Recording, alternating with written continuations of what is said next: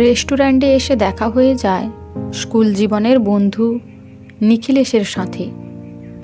আমাকে দেখতে পেয়েই একগাল হেসে আমার দিকে তাকিয়ে নিখিলেশ বলে উঠল, আরে অতীন, কি সৌভাগ্য আমার, অনেক দিন পর তোর সাথে দেখা।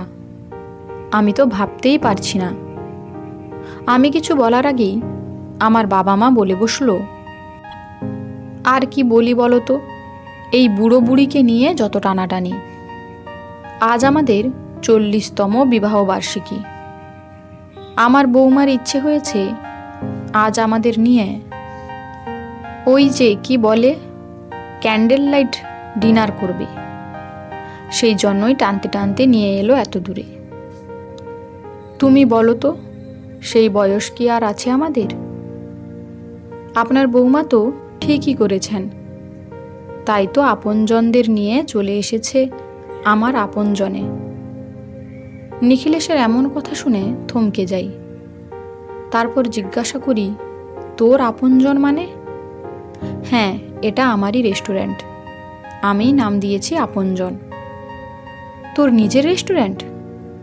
তুই তো ভালো জব করতিস না? সে তো কবেই ছেড়ে দিয়েছি। আসলে আমার অনেক দিনের ইচ্ছে ছিল একটা রেস্টুরেন্ট খোলার, তাই চাকরি ছেড়ে দিলাম।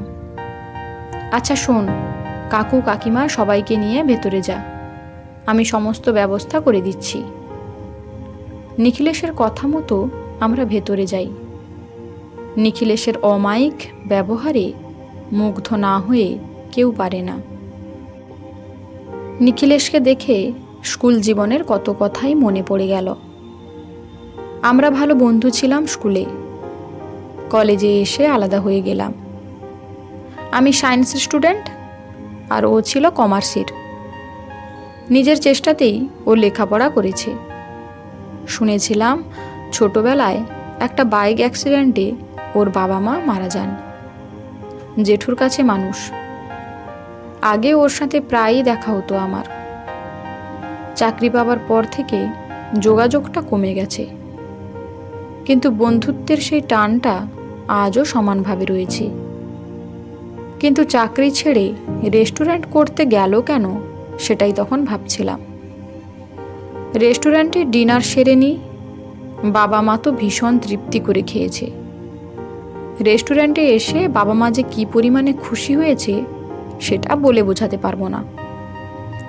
ডিনার সেরে বাইরে আসতেই নিখিলেশ জিজ্ঞাসা করে, কাকু কাকিমা দুজনকেই বলছি, কেমন লাগলো বলুন? খাবার দাবার সব ঠিকঠাক ছিল তো? মা সঙ্গে সঙ্গেই বলে উঠল, খুব তৃপ্তি করে খেলাম বাবা, সবই তো আমার বৌমার জন্য। ভাগ্যিস বৌমা নিয়ে এলো আমাদের। আর তোমাকে বলছি, তোমার আপনজনে এসে তুমিও আমাদের আপনজন হয়ে গেলে। প্রত্যেকটা রান্না খুব ভালো হয়েছে। তারপর মা বাবাকে গাড়িতে বসিয়ে দিয়ে মৌলিকে বলি, তুমি বাবা মাকে নিয়ে গাড়িতে বসো, আমি বিল মিটিয়ে আসছি।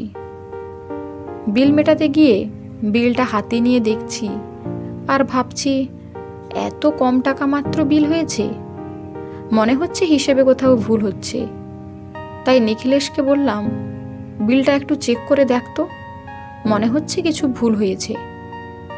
নিখিলেশ বিলটা দেখে বলল, না না, ঠিকই আছে। এত কম টাকা তা বলে? যা বিল হয়েছে তার উপর 50% ডিসকাউন্ট আছে। কিসের ডিসকাউন্ট? আমার আপনজনে আপনজনদের ওপর একটা ছাড় থাকে। এটা ভাবিস না তুই আমার বন্ধু বলে এই ডিসকাউন্টটা দিচ্ছি। আমাদের সব থেকে আপনজন তো আমাদের বাবা মা। আমার রেস্টুরেন্টে যারা বাবা মাকে নিয়ে লাঞ্চ বা ডিনারে আসেন তাদের জন্য এই ছাড়টা। দেখবি বেশিরভাগ মানুষজন রেস্টুরেন্টে আসেন হাজব্যান্ড ওয়াইফ কিংবা হাজব্যান্ড ওয়াইফ বাচ্চা নিয়ে। বয়স্ক বাবা মায়েদেরও তো ইচ্ছে হয় তারাও একদিন বাইরে বেরোবে, রেস্টুরেন্টে খাওয়া দাওয়া করবে, কিন্তু সেই সৌভাগ্য অনেক বাবা মায়েরই হয় না।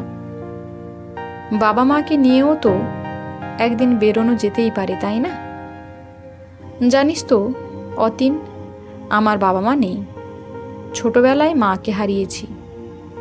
তাদের জন্য তো কিছুই করতে পারিনি। আজ যদি আমার মা বাবা বেঁচে থাকতেন, তাদেরকেও তো আমি প্রতিদিনই খাওয়াতাম। আমার রোজগারের টাকায় আমার মা বাবার জন্য কিছু করা হলো না। সেই সৌভাগ্য থেকে আমি বঞ্চিত।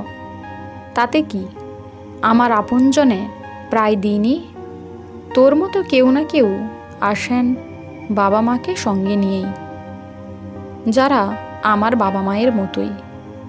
ওদের মধ্য দিয়েই আমি আমার বাবা মাকে খুঁজে পাই। তাই তো আমার এই ডিসকাউন্টের ব্যবস্থা বাবা মায়েদের জন্যই। চাকরি ছেড়ে দিয়ে রেস্টুরেন্ট করেছি এই কারণেই। জীবনের এইটুকু পরম পাওয়া যেন সারা জীবন পেতে পারি আমার আপনজনদের থেকে। নিখিলেশের কথাগুলো মন্ত্রমুগ্ধের মতো শুনতে থাকি। রেস্টুরেন্টে খেয়ে যতটা না তৃপ্তি, তার থেকে বেশি তৃপ্তি পেলাম নিখিলেশের কথায়। মা বাবার জন্য এমন ভাবনা, সত্যি এ এক অন্যরকম মনুষ্যত্ব। বিলটা মিটিয়ে নিখিলেশকে বুকে জড়িয়ে ধরি আপনজন জেনে। এক অসম্ভব ভালো লাগা, এক অসম্ভব ভালোবাসায় ভরে যায় মনটা।